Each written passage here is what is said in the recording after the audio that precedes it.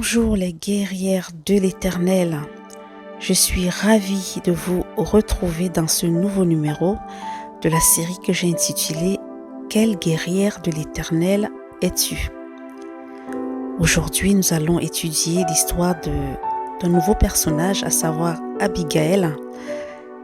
Donc le Seigneur, à travers l'histoire de cette femme, voudrait encore parler à certaines d'entre nous.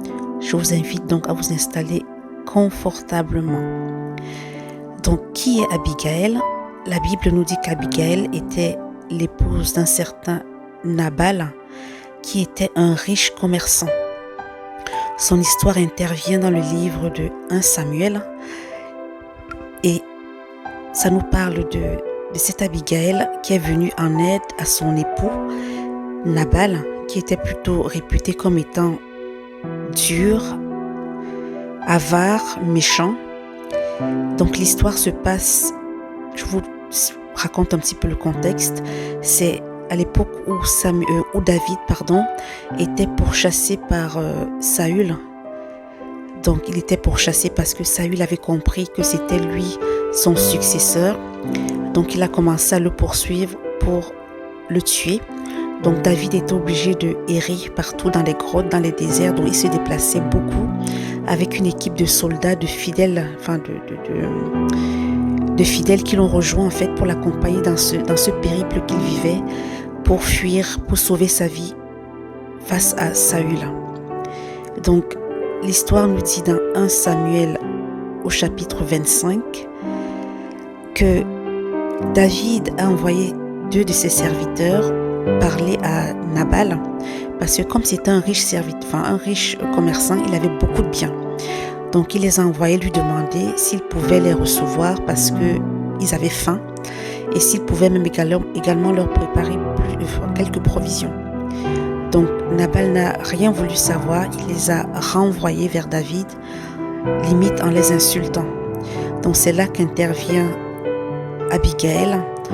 Je vais lire comment ça s'est passé au chapitre 25 du livre de 1 Samuel, au verset 14. Il est écrit: Un des serviteurs de Nabal vint dire à Abigail, femme de Nabal: Voici, David a envoyé du désert des messagers pour saluer notre maître qui les a rudoyés. Et pourtant, ces gens ont été très bons pour nous. Ils ne nous ont fait aucun outrage et rien ne nous a été enlevé tout le temps que nous avons été avec eux lorsque nous étions dans les champs.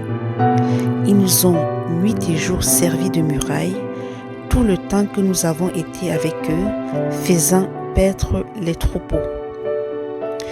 Donc, Abigail a reçu cette information de ses serviteurs et elle a réagi tout de suite. Si on va au verset 18, il est écrit: Abigail prit aussitôt 200 pains, 2 outres de vin, 5 pièces de bétail à prêter, 5 mesures de grains rôtis, 100 masses de grains secs et 200 de figues sèches.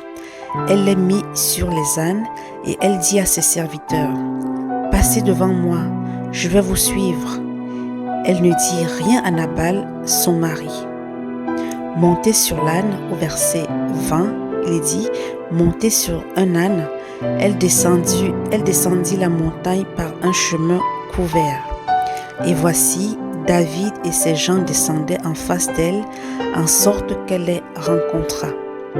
David avait dit: C'est bien en vain que j'ai gardé tout ce que cet homme a dans le désert et que rien n'a été enlevé de tout ce qu'il possède. Il m'a rendu le mal pour le bien. On va un petit peu s'arrêter là parce que David, justement, ses serviteurs sont repartis le voir pour transmettre la nouvelle de Nabal qui a catégoriquement refusé de les accueillir et de leur donner quelques provisions. Donc David, énervé, furieux, avait l'intention d'aller tuer Nabal et tout ce qui lui appartenait, c'est-à-dire femmes, enfants, ouvriers, animaux. Vraiment, il voulait aller raser la famille de Nabal et tous ses biens.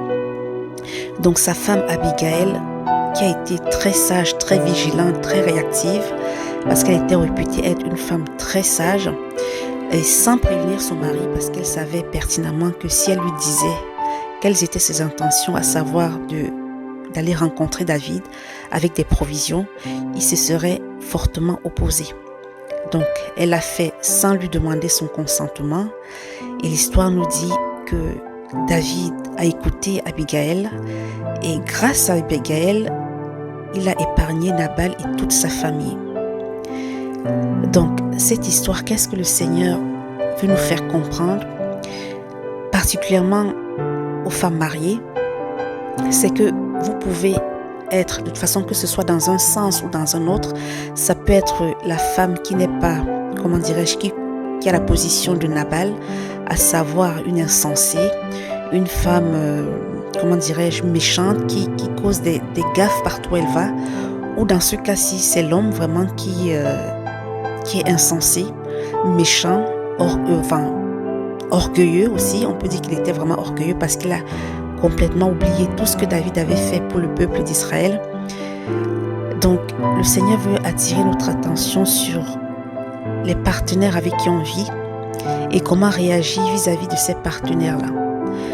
Parce qu'il veut nous faire savoir que nous sommes censés être complémentaires et que quand on a un partenaire du type de Nabal, parce qu'Abigail, ce qu'elle aurait pu faire, c'est ignorer ce que son serviteur lui a dit, ou tout simplement aller voir Nabal et peut-être faire un scandale, lui crier dessus. Enfin, elle aurait pu vraiment rester inerte.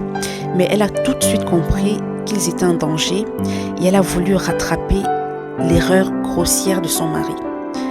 Donc, elle a fait ce qu'elle a fait, ce qui a permis de sauver sa famille.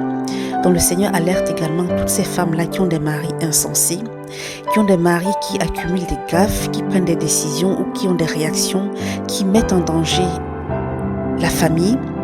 Le Seigneur nous alerte là-dessus et nous demande d'être ces femmes comme Abigail, pas qui allons passer peut-être notre vie à rattraper les erreurs de notre mari, mais déjà dans un premier temps avoir une réaction, comment dirais-je, que la première réaction, ce ne soit pas les reproches, ce ne soit pas les éclats de voix, ce ne soit pas les disputes, mais la première réaction, c'est d'abord de rattraper l'erreur, quand elle est encore rattrapable, du moins, comme dans le cas d'Abigail, dans ce qui s'est passé avec son mari. Vraiment, si on le peut déjà rattraper et après, éventuellement, discuter avec son époux pour essayer de comprendre pourquoi il a fait et le ramener avec douceur à la raison. Vous me direz que plusieurs, vous avez déjà parlé, vous avez déjà tout fait, mais rien n'a changé. Mais le Seigneur nous dit que c'est à nous les femmes, que à travers notre comportement, à travers notre réaction, que c'est nous qui pouvons sauver notre partenaire par notre façon de vivre, par notre façon de réagir. Donc, il nous invite vraiment, nous les femmes, pour celles qui ont des maris vraiment comme des Nabal, qui partout où vous allez créer des problèmes, partout où vous allez vous mettre dans une situation désagréable, parfois vous fait honte aux yeux des autres. Le Seigneur vous demande vraiment d'être celle-là qui sera là pour le ramener par ton comportement, par ta douceur, par ta façon d'être en fait, d'attirer cet homme à lui, de ne pas l'abandonner, de ne pas, aggraver la situation par des éclats de voix, par des disputes, par une séparation, du moins, tant qu'on n'est pas en danger, mais vraiment d'être celle-là par qui le Seigneur va passer pour sauver ton époux, pour le faire changer d'attitude, pour le faire changer de comportement. Donc le Seigneur nous demande d'être des Abigail, des femmes sages, des femmes réfléchies, des femmes vraiment réactives, parce que vraiment c'était, heureusement pour elle, elle a très très vite réagi. Donc le Seigneur nous demande d'être ce type de femme.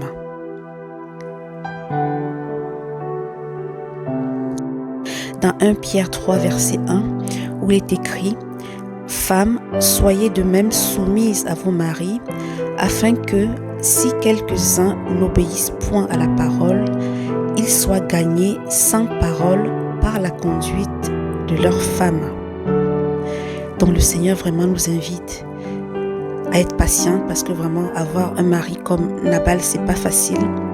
Mais surtout à ne pas l'abandonner dans sa bêtise, dans ses écarts de comportement, mais être cette femme-là vraiment par qui le Seigneur va passer pour l'attirer à lui, par qui le Seigneur va passer pour sauver cet homme et par qui le Seigneur va passer pour sauver toute la famille. Parce que grâce à Abigail, un drame a été vraiment, évité. Le Seigneur nous invite à être des Abigail, des femmes qui seront là pour rattraper les erreurs de nos époux tant qu'on le peut. Cela ne signifie bien entendu pas qu'on doit tout le temps être là à rattraper sans chercher ou bien sans les encourager à changer, mais surtout être celle-là vraiment des femmes lucides, parce que le comportement de Nabal montre très bien que cet homme n'était pas lucide. Il était plutôt concentré sur ses biens, avare jusqu'au bout, sans se souvenir de ce que David avait fait pour lui et surtout des risques d'une telle réponse. Il aurait pu peut-être tout simplement refuser, mais il allait plus loin en insultant David et ses équipes. Donc, soyons ces femmes-là vraiment qui intercédons aussi, parce que la réaction d'Abigail, c'est la réaction d'une femme qui est allée intercéder auprès de David pour plaider la cause de son mari. Donc, soyons de ces femmes-là à la brèche dans la prière qui intercédons pour nos époux afin de les amener à changer, afin de les amener à accepter le Seigneur et ainsi de suite, les amener vraiment à avoir un autre comportement. Donc voilà le message que le Seigneur veut nous faire passer aujourd'hui. Soyons des Abigail et veillons sur nos maisons, nos foyers, par la prière, par l'intercession et par la sagesse que le Seigneur a placée en nous. Amen.